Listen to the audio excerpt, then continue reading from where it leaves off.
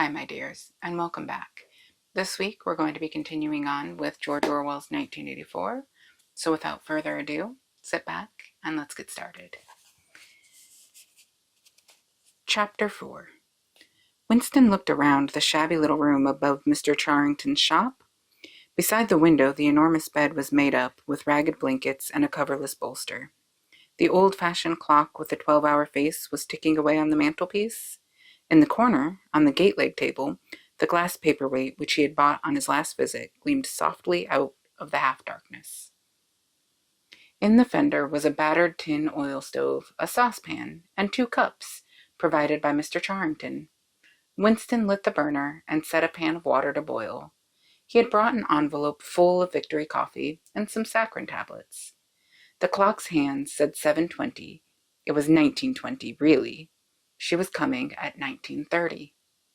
Folly, folly, his heart kept saying, conscious, gratuitous, suicidal folly. Of all the crimes that a party member could commit, this one was the least possible to conceal. Actually, the idea had first floated into his head in the form of a vision of the glass paperweight mirrored by the surface of the gate-leg table. As he had foreseen, Mr. Charrington had made no difficulty about letting the room. He was obviously glad of the few dollars that it would bring him, nor did he seem shocked or become offensively knowing when it was made clear that Winston wanted the room for the purpose of a love affair. Instead, he looked into the middle distance and spoke in generalities, with so delicate an air as to give the impression that he had become partly invisible. Privacy, he said, was a very valuable thing. Everyone wanted a place where they could be alone occasionally.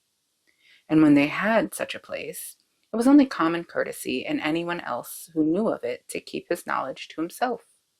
He even, seeming almost to fade out of existence as he did so, added that there were 2 entries to the house, one of them through the backyard, which gave on to an alley. Under the window somebody was singing. Winston peeped out, secure in the protection of the muslin curtain. The June sun was still high in the sky, and in the sun-filled courtyard below, a monstrous woman, solid as a Norman pillar, with brawny red forearms and a sacking apron strapped about her middle, was stumping to and fro between a washtub and a clothesline, pegging out a series of square white things which Winston recognized as baby diapers. Whenever her mouth was not corked with clothes pegs, she was singing in a powerful contralto. It was only an hopeless fancy, it passed like an April dye, but a look and a word and the dreams they stirred, they have stolen my heart away. The tune had been haunting London for weeks past. It was one of the countless similar songs published for the benefit of the proles by a subsection of the music department. The words of these songs were composed without any human intervention whatever on an instrument known as a versificator, but the woman sang so tunefully as to turn the dreadful rubbish into an almost pleasant sound. I didn't do so good at that. He could hear the woman singing and the scrape of her shoes on the flagstones and the cries of the children in the street, and somewhere in the far distance a faint roar of traffic. And yet the room seemed curiously silent thanks to the absence of a telescreen. Folly, folly, folly, he thought again. It was inconceivable that they could frequent this place for more than a few weeks without being caught. But the temptation of having a hiding place that was truly their own, indoors and near at hand, had been too much for both of them. For some time after their visit to the church belfry, it had been impossible to arrange meetings. Working hours had been drastically increased in anticipation of Hate Week. It was more than a month distant, but the enormous, complex preparations that it entailed were throwing extra work onto everybody. Finally, both of them managed to secure a free afternoon on the same day. They had agreed to go back to the clearing in the wood. On the evening beforehand, they met briefly in the street. As usual, Winston hardly looked at Julia as they drifted toward one another in the crowd, but from the short glance he gave her, it seemed to him that she was paler than usual. "It's all off," she murmured, as soon as she judged it safe to speak. "Tomorrow, I mean." "What?" "Tomorrow afternoon. I can't come." "Why not?" "Oh, the usual reason. It started early this time." For a moment he was violently angry. During the month that he had known her, the nature of his desire for her had changed. At the beginning, there had been little true sensuality in it. Their first lovemaking had simply been an act of the will. But after the second time, it was different. The smell of her hair, the taste of her mouth, the feeling of her skin seemed to have gotten inside him, or into the air all around him. She had become a physical necessity, something that he not only wanted, but felt that he had a right to. When she said that she could not come, he had the feeling that she was cheating him. But just at this moment, the crowd pressed them together, and their hands accidentally met. She gave the tips of his fingers a quick squeeze that seemed to invite not desire, but affection. It struck him that when one lived with a woman, this particular disappointment must be a normal, recurring event, and a deep tenderness, such as he had not felt for her before, suddenly took hold of him. He wished that they were a married couple of 10 years standing. He wished that he were walking through the streets with her just as they were doing now, but openly and without fear. Talking of trivialities and buying odds and ends for the household.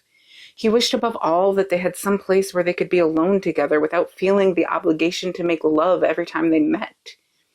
It was not actually at that moment, but at some time on the following day, that the idea of renting Mr. Charrington's room had occurred to him. When he suggested it to Julia, she had agreed with an unexpected readiness. Both of them knew that it was lunacy. It was as though they were intentionally stepping nearer to their graves.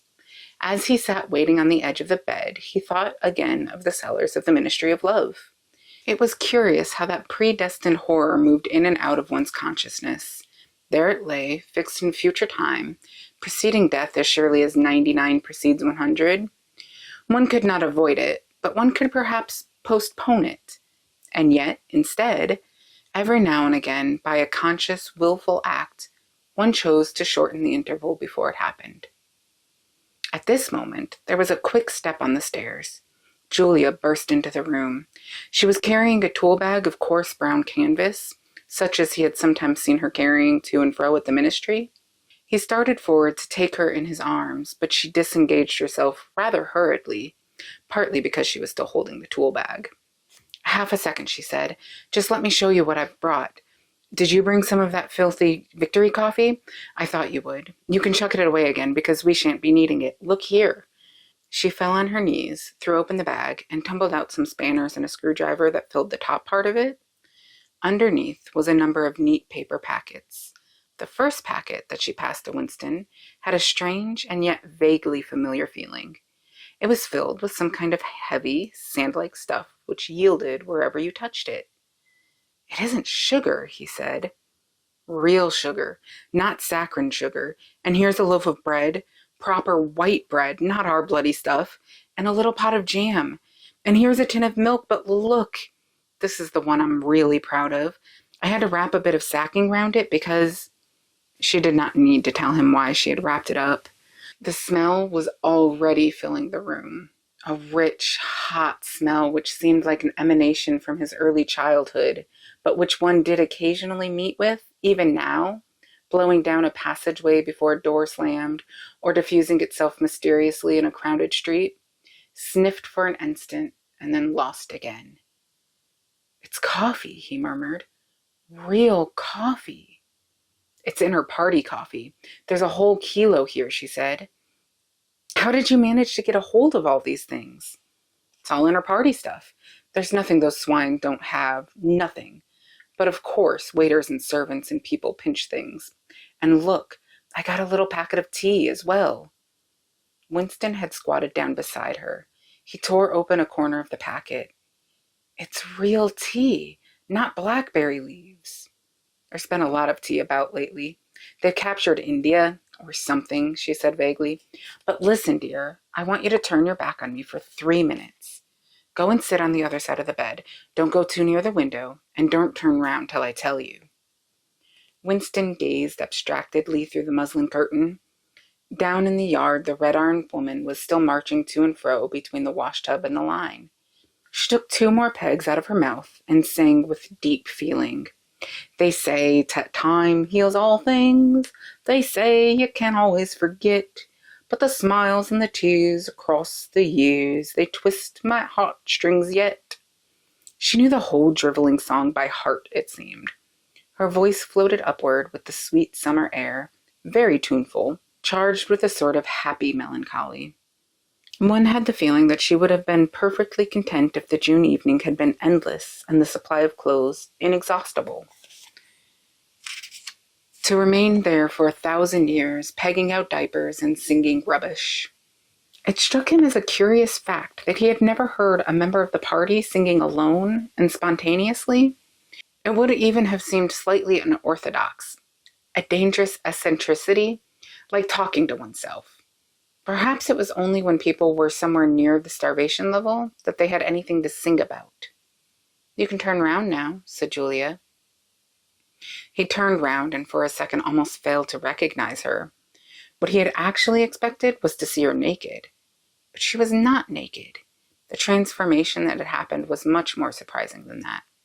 She had painted her face. She must have slipped into some shop in the proletarian quarters and bought herself a complete set of makeup materials. Her lips were deeply reddened, her cheeks rouged, her nose powdered. There was even a touch of something under the eyes to make them brighter. It was not very skillfully done, but Winston's standards in such matters were not high. He had never before seen or imagined a woman of the party with cosmetics on her face. The improvement in her appearance was startling. With just a few dabs of color in the right places, she had become not only very much prettier, but above all, far more feminine. Her short hair and boyish overalls merely added to the effect. As he took her in his arms, a wave of synthetic violets flooded his nostrils. He remembered the half-darkness of a basement kitchen and a woman's cavernous mouth. It was the very same scent that she had used. But at that moment, it did not seem to matter. "Scent, too," he said. "Yes, dear, scent, too. And do you know what I'm going to do next? I'm going to get a hold of a real woman's frock from somewhere and wear it instead of these bloody trousers. I'll wear silk stockings and high-heeled shoes. In this room, I'm going to be a woman, not a party comrade." They flung their clothes off and climbed into the huge mahogany bed. It was the first time that he had stripped himself naked in her presence. Until now, he had been too much ashamed of his pale, meager body, with the varicose veins standing out on his calves and the discolored patch over his ankle. There were no sheets, but the blanket they lay on was threadbare and smooth, and the size and springiness of the bed astonished both of them. "It's sure to be full of bugs, but who cares?" said Julia. One never saw a double bed nowadays, except in the homes of the proles. Winston had occasionally slept in one in his boyhood. Julia had never been in one before, so far as she could remember. Presently they fell asleep for a little while. When Winston woke up, the hands of the clock had crept round to nearly 9. He did not stir, because Julia was sleeping with her head in the crook of his arm. Most of her makeup had transferred itself to his own face, or the bolster, but a slight stain of rouge still brought out the beauty of her cheekbone. A yellow ray from the sinking sun fell across the foot of the bed and lighted up the fireplace, where the water in the pan was boiling fast. Down in the yard, the woman had stopped singing, but the faint shouts of children floated in from the street. He wondered vaguely whether in the abolished past it had been a normal experience to lie in bed like this. In the cool of a summer evening, a man and a woman with no clothes on making love when they chose, talking of what they chose, not feeling any compulsion to get up, simply lying there and listening to peaceful sounds outside. Surely there could never have been a time when that seemed ordinary. Julia woke up, rubbed her eyes, and raised herself on her elbow to look at the oil stove. "Half the water's boiled away," she said. "I'll get up and make some coffee in another moment. We've got an hour. What time do they cut off the lights at your flats?" 23:30. "It's 23 at the hostel? But you have to get in earlier than that because—" "Hey, get out, you filthy brute!" She suddenly twisted herself over in the bed, seized a shoe from the floor, and sent it hurtling into the corner with a boyish jerk of her arm, exactly as she had seen her fling the dictionary at Goldstein that morning during the 2 minutes hate. "What was it?" he said in surprise. "A rat. I saw him stick his beastly nose out of the wainscoting. There's a hole down there. I gave him a good fright anyway. Rats, murmured Winston. In this room. They're all over the place, said Julia indifferently as she laid down again. We've even got them in the kitchen at the hostel. Some parts of London are swarming with them. Did you know they attack children? Yes, they do. In some of these streets, a woman daren't leave a baby alone for 2 minutes. It's the great huge brown ones that do it. And the nasty thing is that the brutes always... Don't go on, said Winston with his eyes tightly shut. Dearest, you've gone quite pale. What's the matter? Do they make you feel sick? Of all the horrors in the world, a rat. She pressed herself against him and wound her limbs round him, as though to reassure him with the warmth of her body. He did not reopen his eyes immediately. For several moments he had had the feeling of being back in a nightmare which had occurred from time to time throughout his life. It was always very much the same. He was standing in front of a wall of darkness, and on the other side of it there was something unendurable, something too dreadful to be faced. In the dream, his deepest feeling was always one of self-deception, because he did in fact know what was behind the wall of darkness. With a deadly effort, like wrenching a piece out of his own brain, he could even have dragged the thing into the open. He always woke up without discovering what it was, but somehow it was connected with what Julia had been saying when he cut her short. I'm sorry, he said. It's nothing. I don't like rats, that's all. Don't worry, dear. We're not going to have the filthy brutes in here. I'll stuff the hole with a bit of sacking before we go. And next time when we come, I'll bring some plaster and bung it up properly. Already the black instant of panic was half forgotten. Feeling slightly ashamed of himself, he sat up against the bedhead. Julie got out of bed, pulled on her overalls, and made the coffee. The smell that rose from the saucepan was so powerful and exciting that they shut the windows lest anybody outside should notice it and become inquisitive. What was even better than the taste of the coffee was the silky texture given it by the sugar, a thing Winston had almost forgotten after years of saccharin. With one hand in her pocket and a piece of bread and jam in the other, Julia wandered about the room, glancing indifferently at the bookcase, pointing out the best way of repairing the gate-leg table, plumping herself down in the ragged armchair to see if it was comfortable, and examining the absurd 12-hour clock with a sort of tolerant amusement. She brought the glass paperweight over to the bed to have a look at it in a better light. He took it out of her hand, fascinated as always by the soft, rain-watery appearance of the glass. What is it, do you think? Said Julia. I don't think it's anything. I don't think it was ever put to any use. That's what I like about it. It's a little chunk of history that they've forgotten to alter. It's a message from 100 years ago, if one knew how to read it. And that picture over there, she nodded at the engraving on the opposite wall. Would that be 100 years old? More. 200, I dare say. One can't tell. It's impossible to discover the age of anything nowadays. She went over to look at it. Here's where that brute stuck his nose out, she said, kicking the wainscoting immediately below the picture. What is this place? I've seen it before somewhere. It's a church, or at least it used to be. St. Clement's Dane, its name was. The fragment of rhyme that Mr. Charrington had taught him came back into his head, and he added half nostalgically, Oranges and lemons, say the bell of St. Clement's. To his astonishment, she capped the lime. You owe me 3 farthings, say the bell of St. Martin's. When will you pay me, say the bells of Old Bailey. I can't remember how it goes on after that. But anyway, I remember it ends up, here comes a candle to light you to bed. Here comes a chopper to chop off your head. It was like the 2 halves of a countersign. But there must be another line after the bells of Old Bailey. Perhaps it could be dug out of Mr. Charrington's memory if he were suitably prompted. Who taught you that? He said. My grandfather. He used to say it to me when I was a little girl. He was vaporized when I was 8, at any rate. He disappeared. I wonder what a lemon was, she added inconsequently. I've seen oranges. They're a kind of round yellow fruit with a thick skin. I can remember lemons, said Winston. They were quite common in the 50s. They were so sour that it set your teeth on edge even to smell them. I bet that picture's got bugs behind it, said Julia. I'll take it down and give it a good cleaning someday. I suppose it's almost time we were leaving. I must start washing this paint off, What a bore. I'll get the lipstick off your face afterwards. Winston did not get up for a few moments more. The room was darkening. He turned over toward the light and lay gazing into the glass paperweight. The inexhaustibly interesting thing was not the fragment of coral, but the interior of the glass itself. There was such a depth of it, and yet it was almost as transparent as air. It was as though the surface of the glass had been the arch of the sky, enclosing a tiny world with its atmosphere complete. He had the feeling that he could get inside it, and that in fact he was inside it, along with the mahogany bed and the gate-leg table and the clock and the steel engraving and the paperweight itself.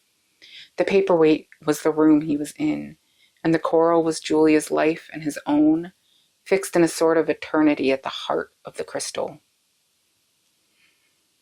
Chapter 5. Sim had vanished. A morning came, and he was missing from work. A few thoughtless people commented on his absence. On the next day, nobody mentioned him. On the third day, Winston went into the vestibule of the records department to look at the notice board. One of the notices carried a printed list of the members of the chess committee, of whom Sim had been one.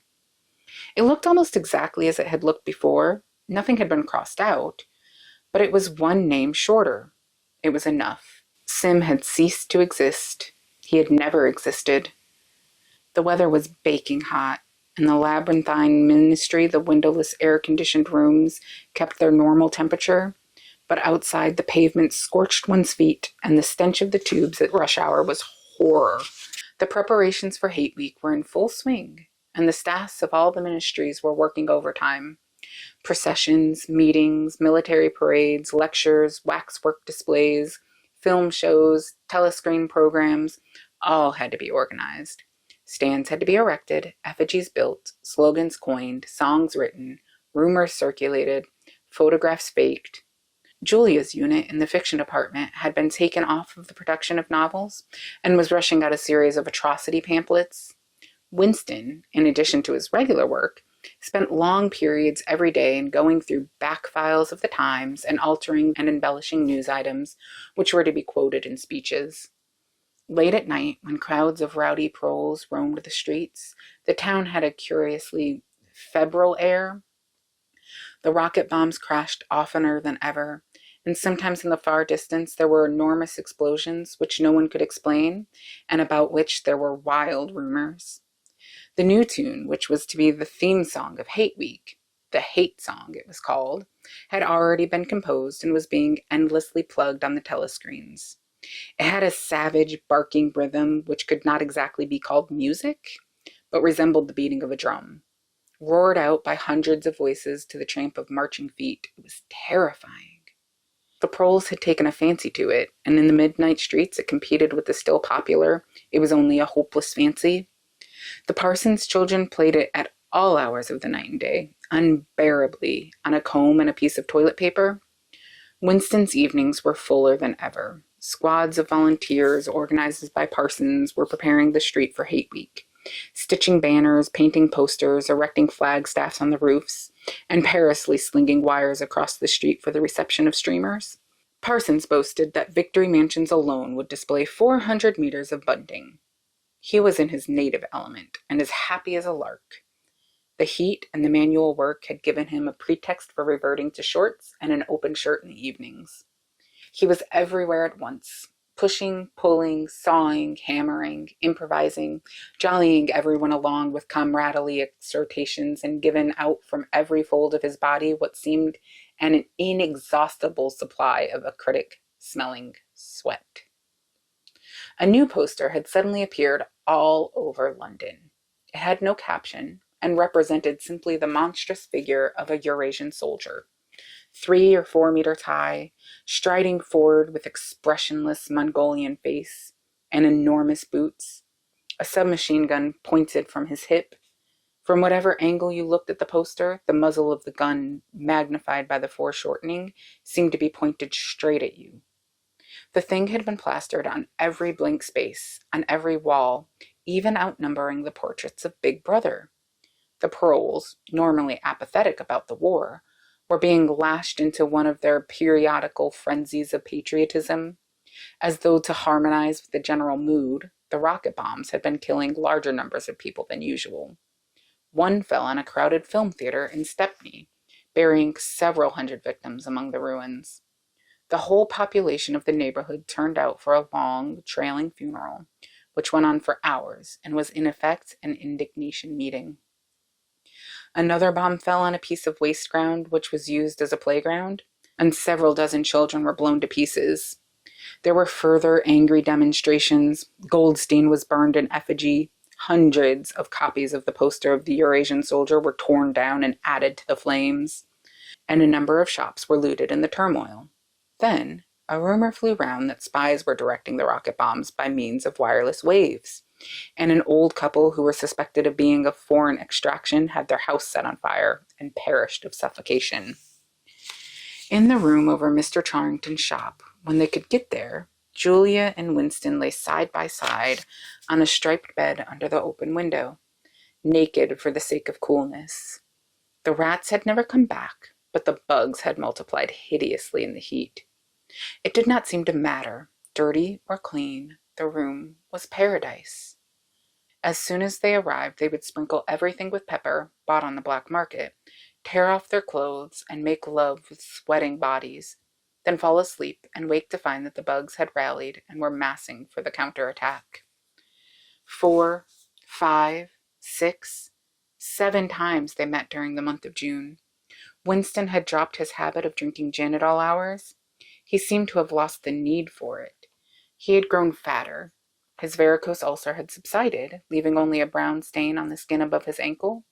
His fits of coughing in the early morning had stopped. The process of life had ceased to be intolerable. He had no longer any impulse to make faces at the telescreen or shout curses at the top of his voice. Now that they had secured hiding place, almost a home, it did not even seem a hardship that they could only meet infrequently and for a couple of hours at a time. What mattered was that the room over the junk shop should exist. To know that it was there, inviolate, was almost the same as being in it. The room was a world, a pocket of the past where extinct animals could walk. Mr. Charrington, thought Winston, was another extinct animal. He usually stopped to talk with Mr. Charrington for a few moments on his way upstairs. The old man seemed seldom or never to go out of doors, and on the other hand, to have almost no customers. He led a ghost-like existence between the tiny, dark shop and an even tinier back kitchen where he prepared his meals, and which contained, among other things, an unbelievably ancient gramophone with an enormous horn. He seemed glad of the opportunity to talk, wandering about among his worthless stock, with his long nose and thick spectacles and his bowed shoulders in the velvet jacket. He had always vaguely the air of being a collector rather than a tradesman. With a sort of faded enthusiasm, he would finger this scrap of rubbish or that, a china bottle stopper, the painted lid of a broken snuff box, a pinchbeck locket containing a strand of some long-dead baby's hair, never asking that Winston should buy it, merely that he should admire it. To talk to him was like listening to the tinkling of a worn-out musical box. He had dragged out from the corners of his memories some more fragments of forgotten rhymes. There was one about 24 blackbirds, and another about a cow with a crumpled horn, and another about the death of a poor cock robin. It just occurred to me you might be interested, he would say with a depreciating little laugh whenever he produced a new fragment. But he could never recall more than a few lines of any one rhyme. Both of them knew, in a way, it was never out of their minds, that what was now happening could not last long. There were times when the fact of impending death seemed as palpable as the bed they lay on, and they would cling together with a sort of despairing sensuality, like a damned soul grasping at his last morsel of pleasure when the clock is within 5 minutes of striking. But there were also times when they had the illusion of not only of safety, but of permanence. So long as they were actually in this room, they both felt no harm could come to them. Getting there was difficult and dangerous, but the room itself was sanctuary. It was as when Winston had gazed into the heart of the paperweight with the feeling that it would be possible to get inside that glassy world, and that once inside it, time would be arrested. Often they gave themselves up to daydreams of escape. Their luck would hold indefinitely, and they would carry on their intrigue just like this for the remainder of their natural lives. Or Catherine would die, and by subtle maneuverings, Winston and Julia would succeed in getting married. Or they would commit suicide together. Or they would disappear, alter themselves out of recognition, learn to speak with proletarian accents, get a job in a factory, and live out their lives undetected in a back street. It was all nonsense, as they both knew. In reality, there was no escape. Even the one plan that was practicable, suicide, they had no intention of carrying out. To hang on from day to day and from week to week, spinning out a present that had no future, seemed an unconquerable instinct, just as one's lungs will always draw the next breath so long as there is air available. Sometimes, too, they talked of engaging in active rebellion against the party, but with no notion of how to take the first step. Even if the fabulous brotherhood was a reality, there still remained the difficulty of finding one's way into it. He told her of the strange intimacy that existed, or seemed to exist, between himself and O'Brien, and of the impulse he sometimes felt to simply walk into O'Brien's presence, announce that he was an enemy of the party, and demand his help. Curiously enough, this did not strike her as an impossibly rash thing to do. She was used to judging people by their faces, and it seemed natural to her that Winston should believe O'Brien to be trustworthy on the strength of a single flash of the eyes. Moreover, she took it for granted that everyone, or nearly everyone, secretly hated the party and would break the rules if he thought it safe to do so. But she refused to believe that widespread, organized opposition existed or could exist. The tales about Goldstein and his underground army, she said, were simply a lot of rubbish which the party had invented for its own purposes, and which you had to pretend to believe in. Times beyond number, at party rallies and spontaneous demonstrations, she had shouted at the top of her voice for the execution of people whose names she had never heard and in whose supposed crimes she had not the faintest belief. When public trials were happening, she had taken her place in the detachments from the Youth League who surrounded the courts from morning to night, chanting at intervals, "Death to the traitors!" During the 2 minutes' hate, she always excelled all others in shouting insults at Goldstein. Yet she had only the dimmest idea of who Goldstein was, and what doctrines he was supposed to represent.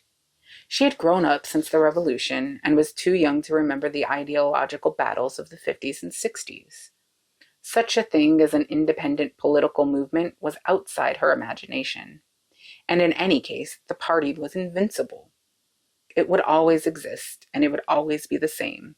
You could only rebel against it by secret disobedience, or at most, by isolated acts of violence, such as killing somebody or blowing something up. In some ways, she was far more acute than Winston, and far less susceptible to party propaganda. Once, when he happened in some connection to mention the war against Eurasia, she startled him by casually saying that in her opinion, the war was not happening. The rocket bombs which fell daily on London were probably fired by the government of Oceania itself, just to keep people frightened. This was an idea that had literally never occurred to him. She also stirred a sort of envy in him by telling him that during the 2 minutes' hate, her great difficulty was to avoid bursting out laughing. But she only questioned the teachings of the party when they in some way touched upon her own life. Often she was ready to accept the official mythology simply because the difference between truth and falsehood did not seem important to her. She believed, for instance, having learnt it at school, that the party had invented airplanes. In his own school days, Winston remembered in the late 50s, it was only the helicopter that the party claimed to have invented. A dozen years later, when Julia was at school, it was already claiming the airplane. One generation more, and it would be claiming the steam engine. And when he told her that airplanes had been in existence before he was born, and long before the Revolution, the fact struck her as totally uninteresting. After all, what did it matter who had invented airplanes? It was rather more of a shock to him when he discovered from some chance remark that she did not remember that Oceania, 4 years ago, had been at war with East Asia and at peace with Eurasia. It was true that she regarded the whole war as a sham, but apparently she had not even noticed that the name of the enemy had changed. "I thought we'd always been at war with Eurasia," she said vaguely. It frightened him a little. The invention of airplanes dated from long before her birth, But the switchover in the war had happened only 4 years ago. Well, after she was grown up. He argued with her about it for perhaps a quarter of an hour. In the end, he succeeded in forcing her memory back until she did dimly recall that at one time East Asia, and not Eurasia, had been the enemy. But the issue still struck her as unimportant. Who cares? She said impatiently. It's always one bloody war after another, and one knows the news is all lies anyway. Sometimes he talked to her of the records department and the impudent forgeries that he committed there. Such things did not appear to horrify her. She did not feel the abyss opening beneath her feet at the thought of lies becoming truths. He told her of the story of Jones, Aronson, and Rutherford, and the momentous slip of paper which he had once held between his fingers. It did not make much impression on her. At first, indeed, she failed to grasp the point of the story. "Were they friends of yours?" she said. "No, I never knew them. They were inner party members. Besides, they were far older men than I was. They belonged to the old days before the Revolution. I barely knew them by sight." "Then what was there to worry about? People are being killed off all the time, aren't they?"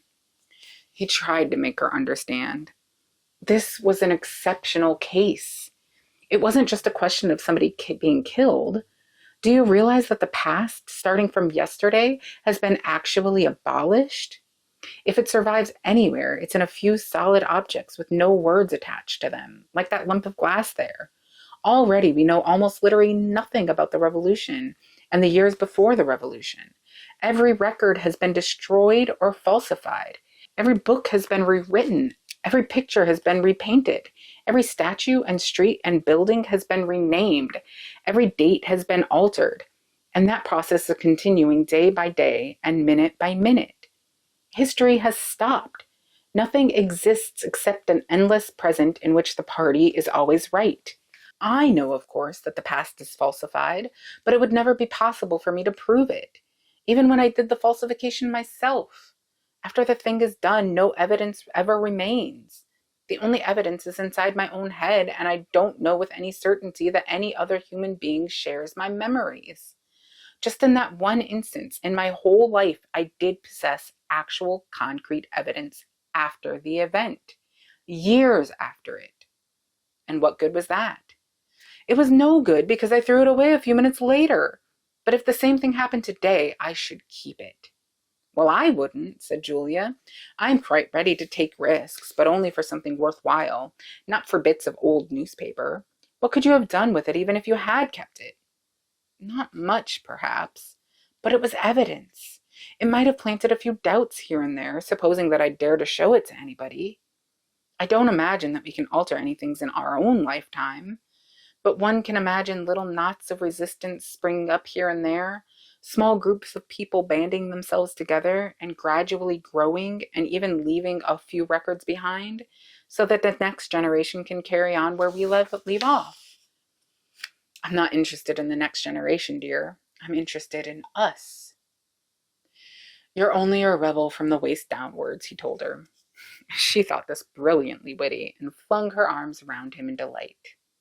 In the ramifications of party doctrine, she had not the faintest interest. Whenever he began to talk of the principles of Ingsoc, doublethink, the immutability of the past, and the denial of objective reality, and to use newspeak words, she became bored and confused and said that she never paid any attention to that kind of thing.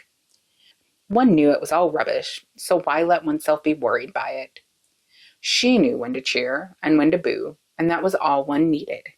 If he persisted in talking of such subjects, she had a disconcerting habit of falling asleep.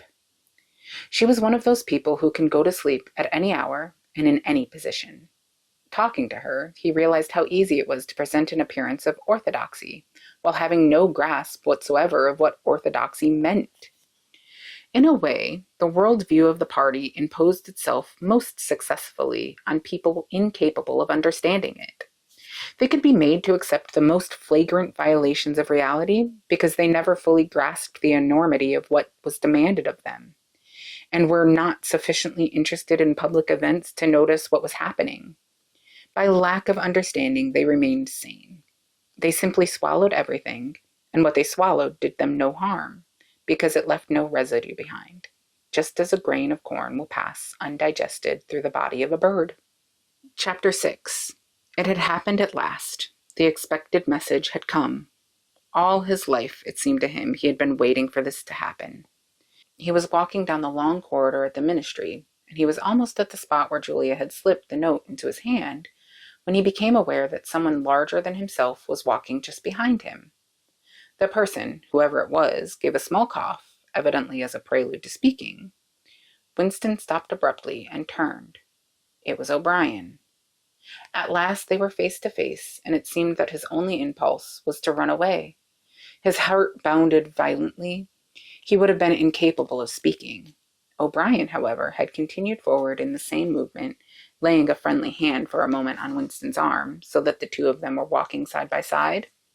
He began speaking with a peculiar grave courtesy that differentiated him from the majority of the inner party members. "I had been hoping for an opportunity to talking to you," he said. "I was reading one of your Newspeak articles in the Times the other day. You take a scholarly interest in Newspeak, I believe."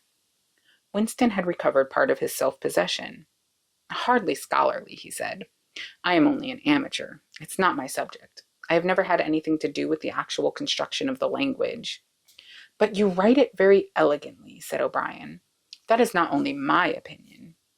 I was talking recently to a friend of yours who is certainly an expert.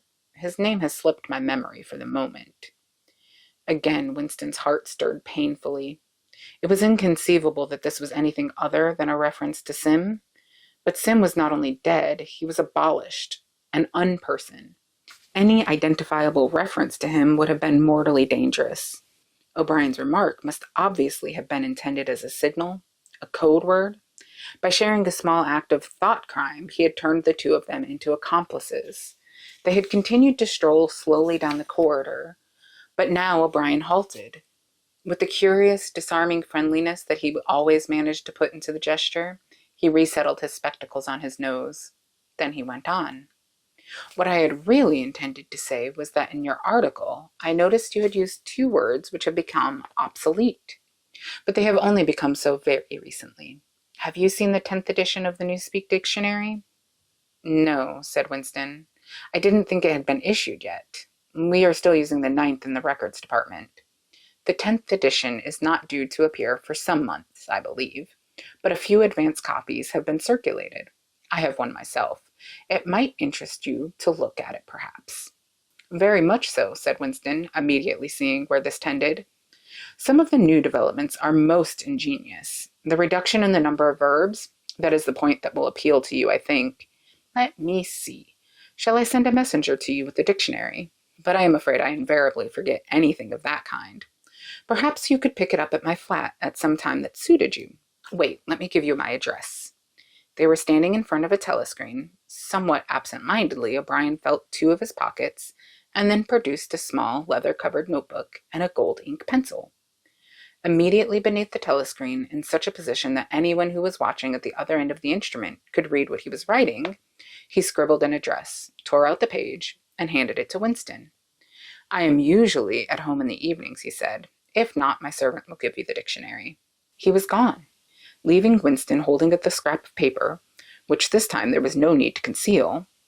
Nevertheless, he carefully memorized what was written on it, and some hours later dropped it into the memory hole, along with a mass of other papers. They had been talking to one another for a couple of minutes at the most. There was only one meaning that the episode could possibly have. It had been contrived as a way of letting Winston know O'Brien's address. This was necessary because, except by direct inquiry, it was never possible to discover where anyone lived. There were no directories of any kind. "If you ever want to see me, this is where I can be found," was what O'Brien had been saying to him.